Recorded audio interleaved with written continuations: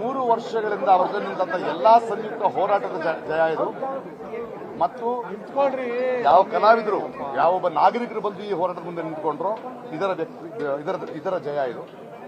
ಇದೊಂದು ಐತಿಹಾಸಿಕವಾದ ಒಂದು ಚಳುವಳಿಯ ಜಯ ಆಗಿದೆ.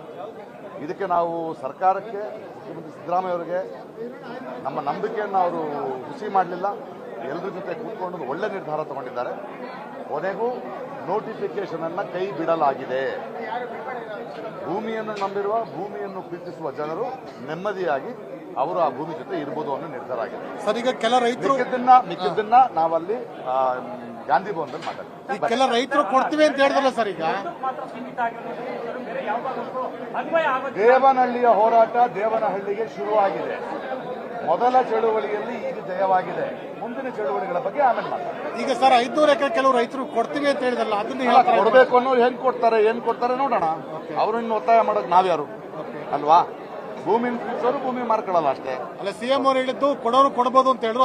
ಅಲ್ಲೂ ಸಹ ರೈತರ ಡೈವರ್ಟ್ ಮಾಡುವಂತದ್ದು ಅಥವಾ ಯಾರು ನೋಡೋಣ, ರೈತರ ಉದ್ದೇಶ ನೋಡೋಣ, ಆಮೇಲೆ ನೋಡೋಣ. ಒಳ್ಳೆಯ ಒಂದು ನಿರ್ಧಾರ ಬಂದಿದೆ, ಅದು ಮುಖ್ಯ.